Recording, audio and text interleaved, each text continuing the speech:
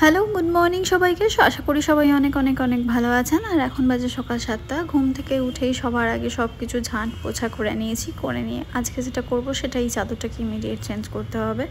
ডিওয়ানের চাদরটা অনেকদিন চেঞ্জ হয় না, তো যাই হোক। সবার ঘুম ভেঙে গেছে, এই যে সবাই নিচে কুদে বেড়াচ্ছে। আমাদের ডিক্সি রানির ঘুম ভাঙেনি। ডিক্সি রানি কিন্তু এখনো ওঠেনি, ছাদে যায়নি, কিচ্ছু ফ্রেশ হয়নি, মানে বিছানাতে এখনো চুপচাপ শুয়ে।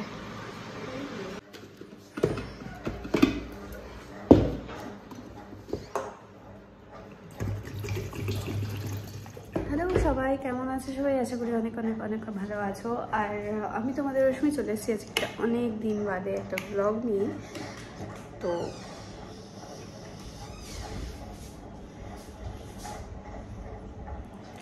জানি না, আমি ভুলে গেছি কীভাবে ব্লগ শুরু করতে হয়। এরকমভাবে শুরু করলাম, প্লিজ ডোন্ট মাইন্ড। সকালবেলা কাজগুলো করছি, এই যে আমার ছেলে মেয়ে দরজা ধাক্কাচ্ছে, বেরোবে বলে। ওদেরকে এখন বের করা যাবে না, মাম্মা নো, বের করা যাবে না, কারণ বেবিদেরকে খাওয়াতে হবে। তো দেখেছো কিরকম দুষ্টু আমার বেগুন, এটা আমার বাচ্চা, আমার বাবু, আমার মাম্মা।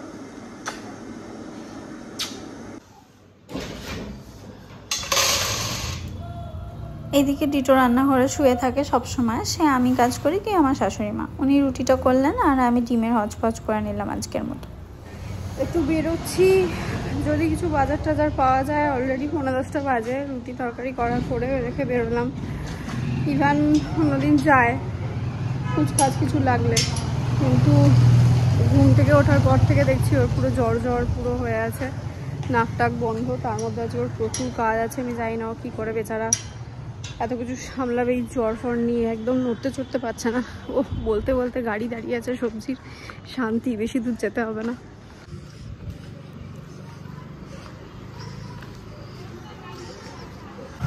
ভালো আছে, তোমায় পেয়ে গেলাম। কত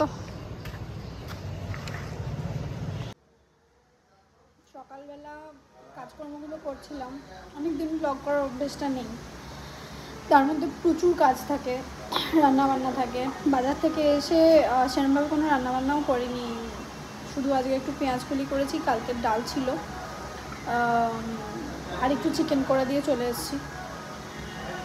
ওর মা ভাতটা করে নেবে।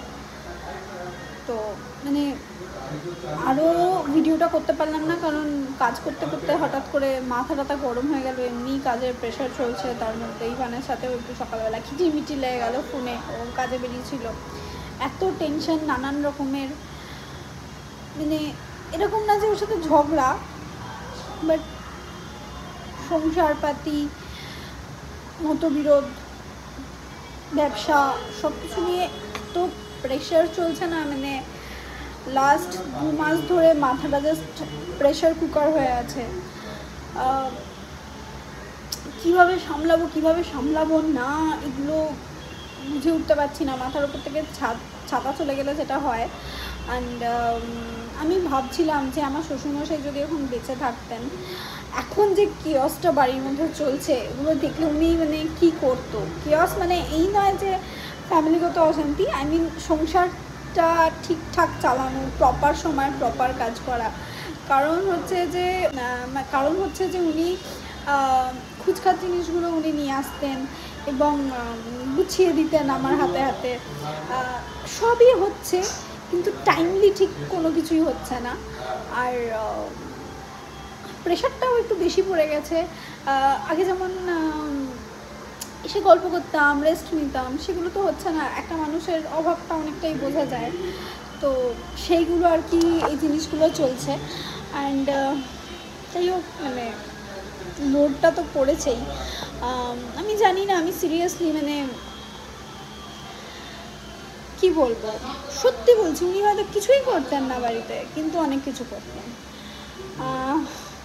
তো কিছু না, জানো তো, যখন কেউ একজন বড় মানুষ থাকে, সে হয়তো বাড়িতে বসে বসে জাস্ট রিমাইন্ডার দেয়, এইটা কিন্তু লাগবে, এটা কিন্তু করতে হবে, এটা কিন্তু এনো। সেইটা হয়তো আমাদের কোনো কোনো সময় বিরক্তি লাগে যে উফ, এতবার কেন বলছে, আমার তো মাথায় আছে। কিন্তু ওই বলাটাই হয়তো অনেকটা ম্যাটার করে, সিরিয়াসলি। কারণ এখন কাজের ফাঁকে জিনিসগুলো ভুলে যাই যে কী করতে হবে, কী নিয়ে যেতে হবে। বাড়ি গিয়ে ঢুকে দেখলাম যে এটা তো আনা হলো না। তো তখন মনে হয় যে কেউ যদি রিমাইন্ডার দেওয়ার থাকতো। যাই হোক, যার জন্য আর ব্লগটা করা হয়নি তখন। এখন অফিসে ঢুকলাম, ঢুকেই বসে আছি আর কি। আজকে সন্ধ্যাবেলায় একটু তাড়াতাড়ি বাড়ি ফিরে যাচ্ছিলাম, কারণ হচ্ছে আজকে সন্ধ্যাবেলা বোন আর পল্লব আমাদের বাড়িতে যাওয়ার কথা ছিল। তো এই দেখো ওরা অলরেডি চলে এসেছে।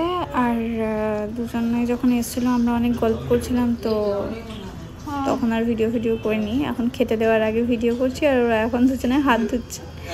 ছোট্ট করে আয়োজন করেছি, খাওয়া দাওয়া করে যেতে বলেছি রাত্রেবেলা আর কি। সেই সব ওটা মামের জন্য বেড়েছিলাম।